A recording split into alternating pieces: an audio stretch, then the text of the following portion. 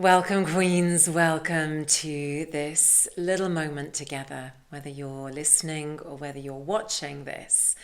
I wanted this video to be a very positive, encouraging video or episode of the podcast in audio form. And I really wanted to tackle this idea of being a queen in your life and the danger of under-expressing yourself. Now, I also want to bring into the mix that sometimes you need a little bit of stress to release and let go and therefore express yourself. Now let me explain. Physically in yoga, and this is my sort of main professional activity or has been for many, many years, there are certain parts of the body that block very often. And although it might be contrary to what you would think, you sometimes need to stress that part of the body so that the nervous system reacts, sends little messages to that part of the body, and then you relax. With my horse, I can see this, for example, because if I pull on the reins and push down into the stirrups and I stay like that, the horse reads that as danger, starts to stress out and go quicker and try and escape the situation. But if I pull the reins slightly like this and then let go, the horse gets the message that he just has to stop and then chill out. With the body, it's the same. With the mind, it's the same. And with our energy, it's the same. Sometimes we might need a little bit of a shock, a little bit of a stress factor to then go, whoosh, and let things go. So why am I saying this? Because we spend a lot of time in yoga practices. We spend a lot of time in meditation retreats, in women's retreats, in talking about easing the nervous system, relaxing, letting go, winding down, looking after the parasympathetic nervous system, going on walks in nature, blah, blah, blah, all of those things, which are brilliant and very grounding and very, very beneficial, especially the part about the nature. As you know, that's one of my big things. Get out in nature, really enjoy it. But what we forget to express and what we forget to push is the underestimation or the devaluing of who we are and the sort of scaredy cat attitude of expressing who we are, particularly as women. How many times do I go to retreats and do the circle at the beginning and listen to what everyone's saying? And they're saying things like, yeah, but it's easy for you to put feathers in your hair. I've got feathers somewhere in my hair here. And feathers here and stuff. You know, you're a yoga teacher. You can be free in that world. I wear this outside in the real world. Okay? I go shopping like this. I just do things. Because I've got to a point in my life where I want to honor the queen that I am. And I've been doing this for years. I honor the way that I wish to express myself. And if that's shown in anger, or if that's shown in joy, or if that's just shown in free-spirited dance, then I do it. You know, I've been known to do things like that in supermarkets. I have been known to let my children have a massive tantrum on the floor, do the same as them, get up and go, right, come on, let's go. Free expression of who you are and really honoring your body and not under-expressing yourself is an incredible juiciness for your nervous system.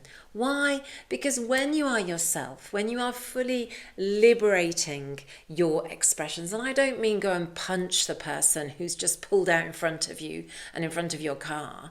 No, but I mean, you know, express, dance, speak in the way that you want to speak, laugh out loud and really loudly, just be you. I think under-expression, the fear of being too much, is something that held me back for many, many years. And when I hit the menopause, that whole cortisol, anxiety, nervous system overload came in hormonally, which is what you get when you're a teenager, right? It's the same kind of scenario. The teenagers, you can see them, they're riddled with FOMO. They're riddled with angst about the way that their bodies are changing and how they're supposed to be, to fit into this crowd or to fit into that crowd or to satisfy parents or whatever it happens to be. And when you hit the menopause, queens, that's exactly the same thing that happens. It's a really similar voice that reaches out and goes, not sure, this isn't great. But I'm here to tell you that you have every right to live very fully and freely, express yourself fully and freely. Now, I realize that that's a big ask for some people. And so my ask is that you at least honor that at home. Don't feel embarrassed to put on some really cool music that you like dancing to and dance your socks off. Do it naked if you want, or don't if that doesn't float your boat. But dance, express, jump up and down on the spot if you can't think of anything else to do, but just liberate some of the blocked energy that's inside you by moving, by movement. And I'm going to share a little story with you here, because it's about freely expressing yourself, but without maybe everyone seeing it.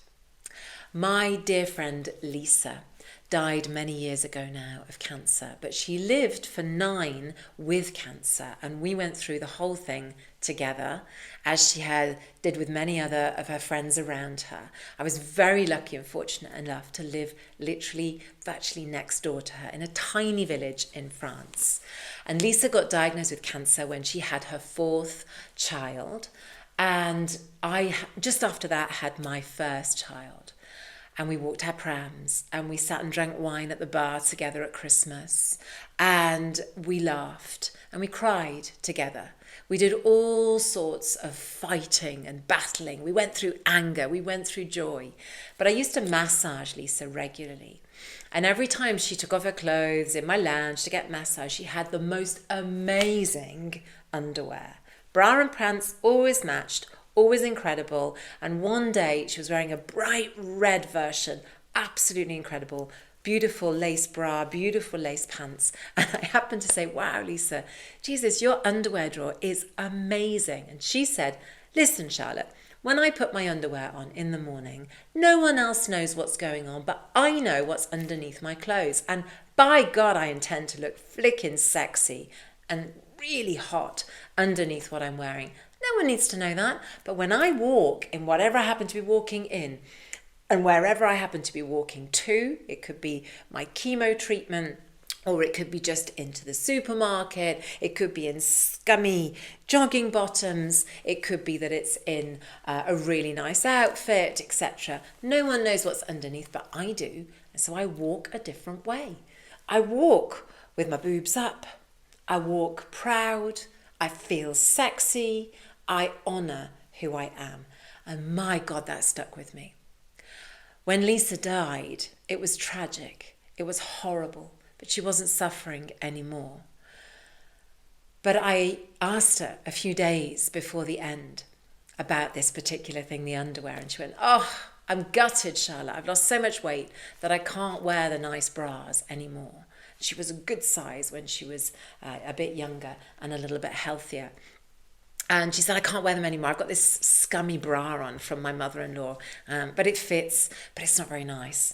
She said, wait for it. And with her morphine drips, she sort of adjusted it, pulled her trousers down. She had the most incredible pair of white pants on that I have ever seen. And I was like, wow, to the end, babe, to the end. When she died, I threw out about 90% probably of my underwear drawer.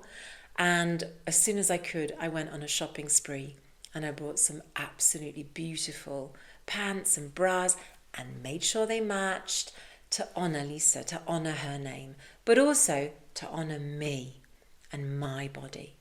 And once a year after that, for many years, I would go and do my underwear shop for the year, and I would think of Lisa, not just then, but every time I put them on in the morning.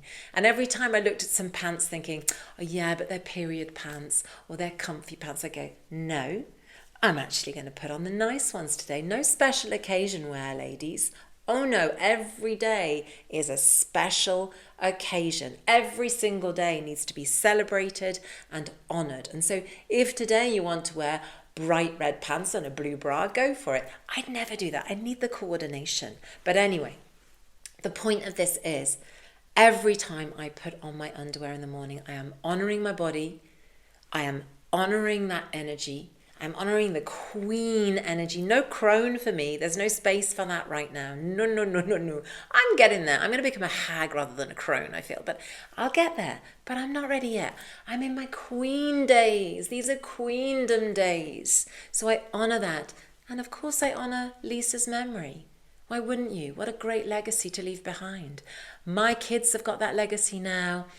I love the fact that that's passed on. And as my best friend Sarah always says, and she's a doula, a soul doula, she says the best way to honor people when they're not here is by ritual. And that's my ritual, the underwear ritual. Now, the point is that's a form of expression. That is something that you can do hidden away from everyone else, but you know what you've got on underneath. And you know that you're a sexy mother. Okay? So challenge for this particular episode. The challenge is to honor the temple, to express the emotions, and to really honor that queen energy in every action of every day. Thank you so much for being here. Queens, have an amazing time. Honor each day. Tell your friends. Share this video. And most of all, go to your underwear drawer and throw out all the skanky pants. Get some new ones.